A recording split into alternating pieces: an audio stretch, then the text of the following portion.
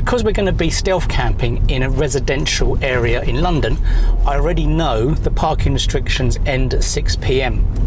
So for that reason, we're actually leaving home a lot later than normal. I mean, it is 10 to 6 now. With that brings its own problems in that it's Friday, it's 6 p.m.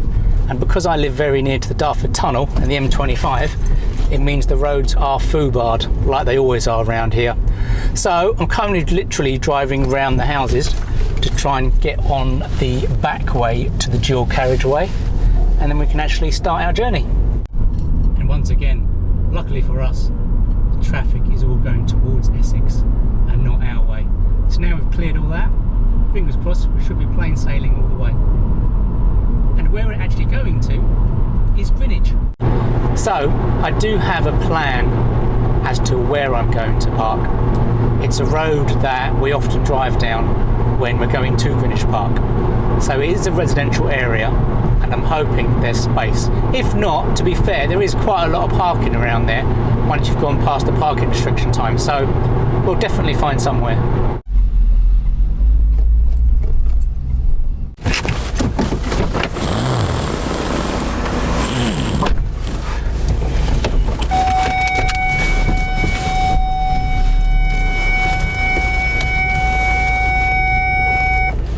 What I think we will do, we will take a little drive around the area, or take a little walk around the area, and see if we can find somewhere better. The parking restrictions are all fine and there's no shortage of places. It's just a matter of finding somewhere flat is the only issue, to be honest. But that was an incredibly stressful drive to get here, it must be said. That final bit coming up the hill where everyone's trying to come down and we're trying to go up, yeah, horrid. But we are here, so all good. Unfortunately, I'm not quite brave enough to go into central London, but going to areas like Greenwich is perfectly fine. And this, of course, is the problem with parking in residential in London. I can't take the cooker into the park.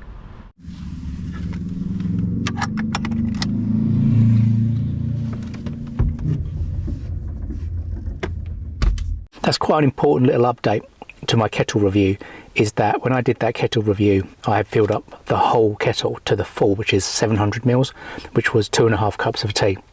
So if you only put 1 cup of water in to make 1 cup of coffee, then it will take 1/3 of the time. Today's treat is Princess chicken roll with sage and onion. And actually, for the sake of car camping, it's perfect. It's meat, it's protein, it's tasty, it's cooked. You can literally just eat it like you would corned beef. The only times you can't park or you need a permit is between 9 AM and 6 PM. But in terms of a quick overnight stay, it's absolutely perfect. And for me, it's absolutely perfect. So tomorrow, I think it's 8:30 or 9 at this spot. Oh, lights fell down. I'm not sure if it's 8:30 or 9 for here, but either way, that's still a decent lay-in. And where I'm not planning on running tomorrow means all I've got to do is get up, have a cup of coffee, and then scoot off. I find it absolutely hilarious that these lights have stayed up since I put them on 6, 7, 8 months ago. Now they won't stay up for love nor money. Even using Gorilla Tape to hold them, they won't stick. So I think I need to get my emergency Loctite out in a minute. Yeah, see, this is absolutely perfect car camping food, if you ask me. I mean, I love my canned food, but on hot days like this, when you want to do stealth camping, so you want to do everything inside your car, this is another good reason for why having an electric kettle is so good. However you power it is fine, whether or not you're doing it via the 12 volt, or if you've got 12 volt in the back of your car, or by a jackery. However you do it, I think having the flexibility of an electric kettle makes it really important for car camping, and stealth camping in particular. This is 100% weather where you need a mini fan. It is so hot in here, it's unbelievable. And to be honest, where I'm on a residential road and there are quite a few cars and motorbikes going past, I don't really want to keep my windows cracked like I have been doing recently, because I think it might be quite noisy. So as you know, I updated these blackout covers quite recently, and I did a video to show that. but I want to update them again. So I have an idea for something I'm going to use. It's something I saw on one of the larger channels, something that they use for their windows. So I'm going to do some measurements, I'm going to order the stuff in, and then what I'll do is I'll do a little video of me trying to install them, and we'll see how that works. But that could be quite a good idea. I mean, it probably won't be for all these windows. I need to work out which ones I put it on, but quite possibly the back window and maybe these two side windows is what I'll use it on.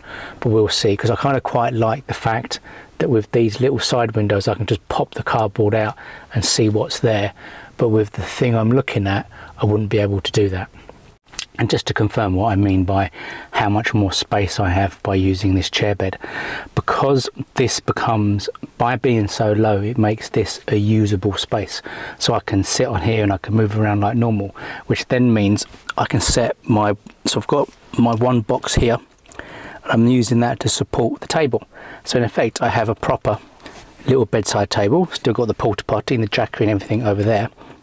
But it just makes so much more room actually, whereas when I've got the bed set up, I don't use the bed space unless I go to bed. I sit here and all the film and everything I do is on this side, but now I can do everything on this side on the bed, and I have all this room here. A funny problem I've always had with my jackery is that where I power the USB lights, the jackery always has to be in the corner over here. Now that has caused some issues in the past when I'm trying to charge stuff, but of course it's never occurred to me until today. Extension lead. So obvious. An extension lead means the jackery can be in the corner and I can still power everything quite happily over this side of the car. Stupid. Yeah, as much as I wanted to get out the car and film, I keep on hearing people walking past and I don't want to get caught out, so I'm going to have to stick to just this. So this is my lovely little residential location for the night. It's only me on my own at this part, but I am near a light again, so that will help block out any lights. And there's residential houses over this side. But over this side is quite cool, it's a wall. And to be honest, that's what I was after. I was after something where one side of the car wasn't open to residential, so to speak. So what you can possibly see from this angle is quite well how all this works and how much room there actually is. So I've got my little table here, which is a good sized table with all my stuff on, and my GoPro and my cup of tea and my phone. There's room, as I've said last time, to put my bits and bobs up here, my bags. There's actually storage down this bottom footwell as well. You can access that, which is super handy. And all in all, it just works really well. So yeah, so on that note, in fact, I'm so discombobulated, I haven't even done a Matt's Corner. But to be honest, this was such a last minute car camp. I literally, I think, decided yesterday night I was going to do this, so I'm slightly less prepared than normal. But right, okay, I'm going to switch all this off and go to bed, so I will see you in the morning. I woke up a few times, I think because I am actually on a slope. For some strange reason, all the roads in Greenwich are kind of like this shape, so even though the road looks flat, you're always on a gradient. But the gradient here actually was 3%, I've just checked. So it's not so bad, because I think I've sussed out the way to get over that is if you lean into the gradient, if that makes sense. So by me sleeping that way, it almost counteracted it. And I was able to sleep. And the question I always have is, how much condensation? None. Not one bit of condensation on that window. That is amazing. That is the best I've ever had so far on any car camp.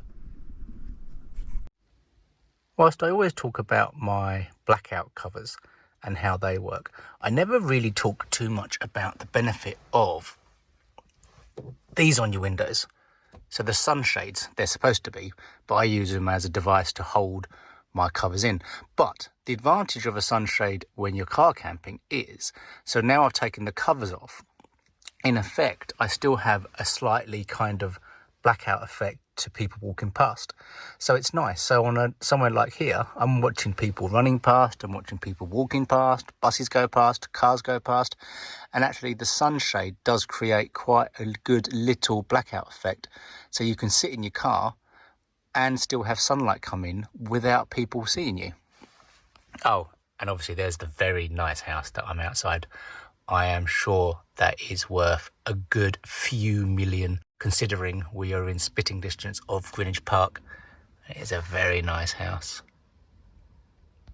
Now I know you know how much I love my porta potty, but actually, you know what, for a residential stealth camp it is essential, because as I always say, I don't have to get out of the car. I can do everything in the car, and I don't actually have to get out until when I leave to go home. So yeah, porta potty for the win once again. So breakfast for today. Now, this is something I actually bought for my very first stealth camp almost a year ago in Minis Bay, but I've never ever used it. And a few times I've taken it with me and I've still never used it. So I was determined to use the blasted thing today. And it is a pot of perfect mash. And by not using a stove in here, it means that ultimately it's not going to get all hot and sweaty. But the side windows had no condensation on whatsoever. The back window only had a little bit, and these side windows only had a little bit. And that's the thing I found, that when you cook in your car, that's when the condensation is really bad. But when you don't, it's not. So there's a lot to be said for using a kettle. And to be honest, I think I said it at the time, cooking with just a kettle is like when we went around Europe. So when we went around Europe with the kids a few years ago, we packed stuff because we were staying in hotels. Not all the hotels had a kitchen, but what we realized was, at the very least, all we need is a kettle, because if you have a kettle, you can make coffee, you can make tea, you can make things like this, and actually you can survive. And it's the same difference for car camping. As long as you've got a kettle, you can actually do pretty much everything. So yeah, I think that's my biggest tip for this car camp. Buy a kettle and something to power it, of course. Well, I had just enough water between what was left in the thermos and what was left in the kettle I just boiled to make myself one last cup of coffee before I scoot off home. But I wanted to show you this in effect. So the way I'm sitting here is why this bed works so well, because by putting a cushion behind me, it almost creates a sofa effect in your car, whereby I've got the sofa, I've got my table here, it's the perfect height. Where this table is on adjustable legs, because it's a laptop stand basically, you can adjust it, but this is perfect. You could eat your dinner off it. Okay, so the restrictions were actually 9 AM, so I could have had a bit more of a lay-in after all.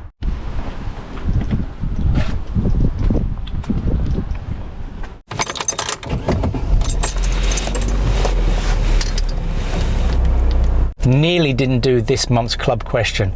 This month's club question is favourite TV show.